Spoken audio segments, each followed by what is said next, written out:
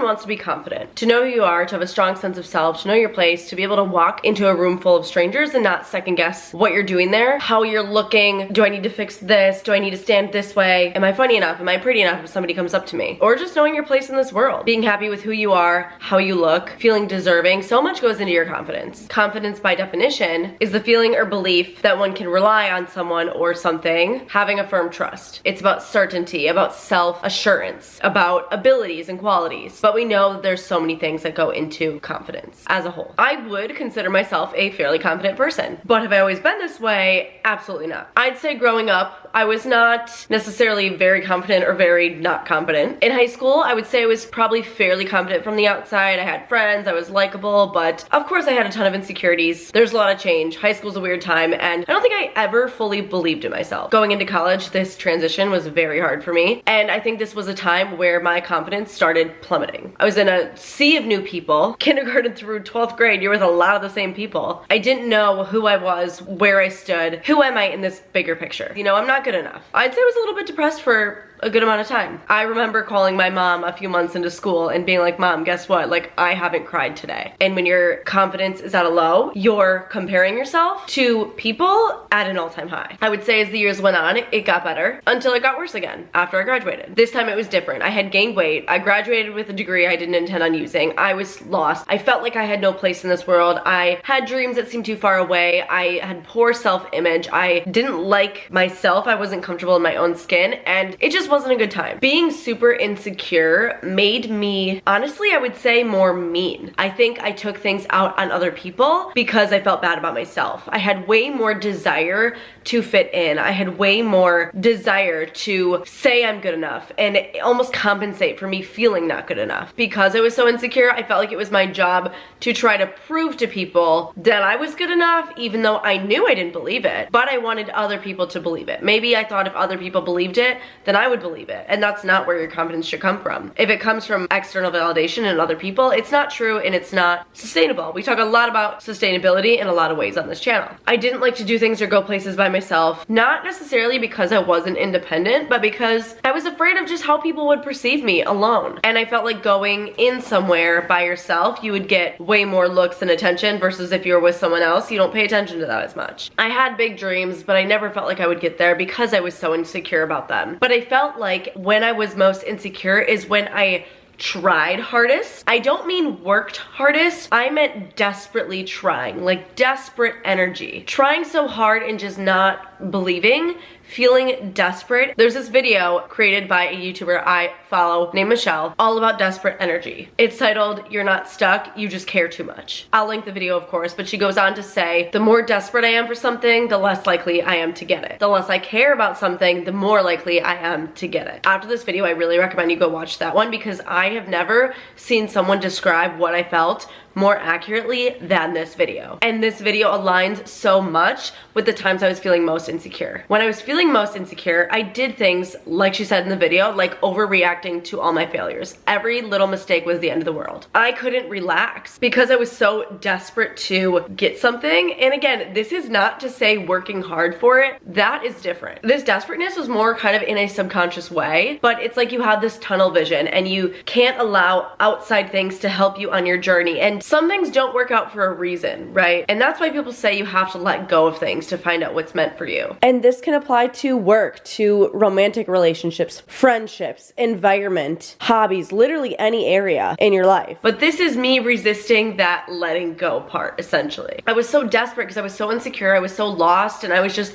looking for something and anything to stick for me, and just nothing was. And when I was so insecure, my relationships were at their weakest point. With myself, but with other people too. I would take everything personal. Someone didn't invite me to something for some complete different reason, I would be so offended, right? Maybe they literally knew I was busy that day, but I just wanted the invite and didn't remember that I previously told them like, hey, I can't come, and then they didn't invite me and I was so offended. Something silly like that. Or just not wanting to go to things because I didn't feel wanted, and it's not because I wasn't actually wanted, I was just creating this false image in my head that like people didn't want me there, even though that wasn't reality. And I think creating these fronts was my way of blaming it on other people so that I didn't have to take responsibility. I feel like it's easy to blame others when you are insecure because you don't want to own up and you don't want to admit that you can do better. You know, when you're down, a lot of times you don't want to say it's your fault. You know, you want other things and other people and other reasons to be the cause of why you're down. I was insecure mentally, I was insecure physically, but a lot of times it really takes you to get to that rock bottom to start to change things around, and that's exactly what happened for me. And it takes a while to realize it. Most times you don't know you're doing these things until you get out of it and you look back. For example, at this point in my life, all I knew is I'd gained weight. I didn't realize I was treating people bad. I didn't realize how desperate I was acting. I didn't know any of those things. The only thing I could physically see was the weight gain, and that's why I started to realize that, and that was a big insecurity of mine, because I could physically see it. You can't physically see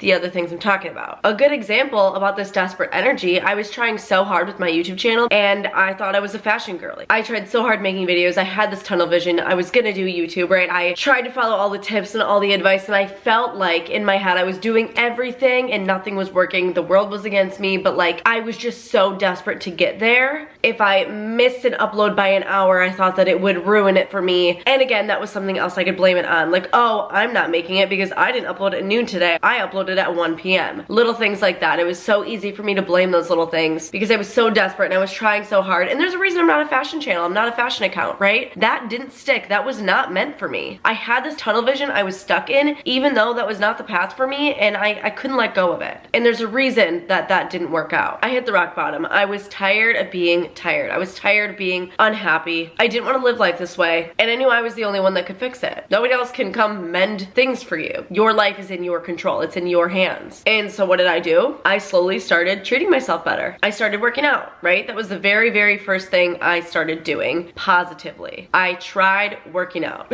It might sound so little, but it literally changed my entire life. Once I started getting a good relationship with exercise, it then went into my relationship with food. Once I started eating better and working out, I started feeling like a whole different person. Treating myself better showed in all aspects of my life. Once I started treating myself better, I started feeling better. I started to even look better. I started losing the weight that I had gained. I started being nicer to people. I wanted to treat people better, and by showing myself that I could do this and I could trust myself and I was capable and I could change my life and that it was all due to me, I was slowly building trust within myself. I was building self-discipline. I was becoming a person to myself that I could rely on. You know, I became that somebody that I could rely on, and that built up my confidence. It all started with how I treated myself and wanting to treat myself better from the outside in, really. It started with a physical act, and from there it just dominoed, but like in a good way.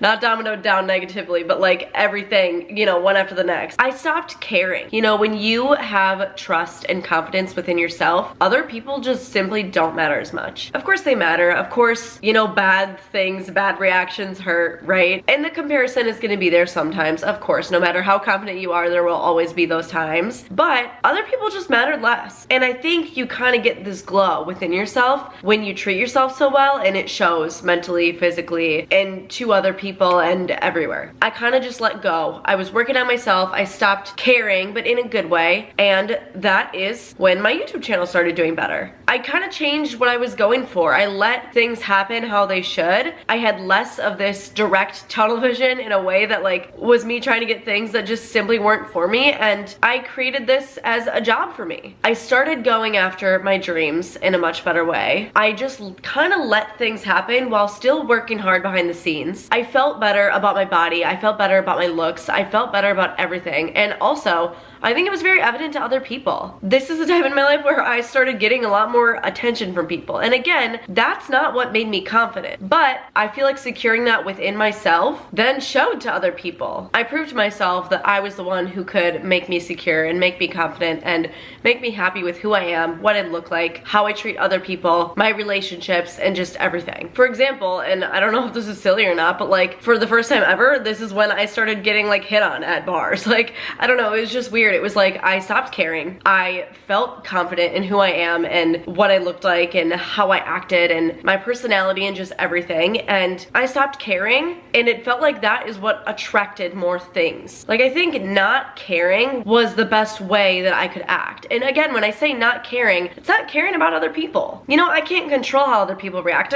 I can't control what other people do. All I can control is how I treat myself and how I treat others. And whatever happens on the opposite end is just what happens. But when I let go of worrying about that part that I feel like I did worry about so much when I was so insecure, is when I got the best feedback. Something else I do want to address is I know I'm a decently attractive human being, right? Like, I can't disregard that. Like, I wouldn't say I'm unattractive, and I think that that is something to address because it plays a part in this. It does. And I don't think that sounds conceited. I think that's me being self-aware. But I do also think building this confidence in myself makes me want to also pour it into my looks, right? I do my makeup, I do my hair, and I dress in ways that I know are flattering on me and make me look good. And I think I've grown into my looks, but I also think how you present yourself says so much. Having a strong sense of self and appreciating, you know, my personality and my looks and myself, I think lets me come across as attractive. It's an attractive thing. I do treat myself really well, but I also will say not everything's natural, right? Of course I get my hair dyed, but also I've had lip filler. My lips were one of my biggest insecurities, and I chose to do something about it, and that's totally fine. But it is scary because that can be a very slippery slope, and I do think that's something that we have to be conscious about and look out for, especially because unfortunately, you know, beauty standards are always changing, and like, you and your body are not a trend. But I do believe if you are insecure about something, there's nothing wrong with wanting to do something about it. Yes, I got the filler, but also I lost weight. I changed these things about me, both in very different ways, but both things are part of my appearance that I changed that do make me more confident, I will say. Of course, like, losing weight because I started working out and treating myself much better did way more mentally. I'm not going to not acknowledge that that made me more confident because it was also a physical change. I feel like this is getting all over the place, but I'm trying to say that how I built such good confidence in myself is all about how I started treating myself. I get good sleep, I work out regularly, I eat good foods that make me feel good, and I can immediately tell when I start slacking on all of this stuff. It makes the world of a difference. But of course, I do heavily believe in balance. I am not perfect at all. And in turn, I feel good inside, I feel good outside, I want to be better, I feel more confident, and I'm happier with who I am as a person and how I act, and I just feel like I can walk in a room and light it up and grace everyone with my presence. Like, I don't know, that's just the attitude I have these days. Not that I'm above anyone at all, because it's not what I mean. I just mean that I feel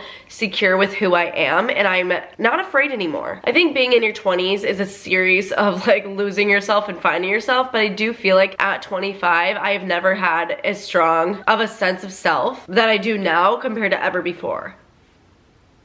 Oh my god. I'm just less hesitant in what I say and what I do, and when I have bad encounters and when things go wrong, it's less of a how dare they and oh my gosh, and less of a big deal, and it's more of a either that's just not meant to happen or like just simply not caring anymore. Building such a strong relationship with myself also makes me feel more deserving. Like, I feel like I trust myself that I can make shit happen, and the stuff I make happen, well, it's because I deserve it. And it all comes down to just me starting to want to treat myself better. Again, I am not perfect. Of course I have days where I am insecure, you know, it's like I have cellulite on my butt and my thighs. Like, I could definitely still change things about myself, but I am the most confident in who I am on the outside, on the inside, and I can just feel it everywhere. I don't resonate with the person that I was a few years ago. Like, it's crazy to look back and like think that that was me, but it takes going through that in order to get where I am today. I also think along this journey, you know, my priorities and my goals have shifted. I mentioned recently, you know, how I used to be such a cardio girl and now I've been doing weightlifting, and you might think, okay, how does that have anything to do with confidence? But someone commented on one of my videos and I resonated so much with it. They said, I love this message and I can't wait to see you lifting. I too was a cardio girly. I reached my weight loss goal and had extreme body dysmorphia, and I really didn't like the way I looked or felt. I started lifting, then powerlifting, and while I did, I added some body fat and the scale did go up significantly. I couldn't be happier. I stand in the mirror naked and dance, smile, feel myself despite still having goals. So I'm so happy for you on this journey. Keep going and inspiring us. And I feel like me bringing that up really just changed this conversation more into fitness, but it does have such a strong play into my confidence, right? And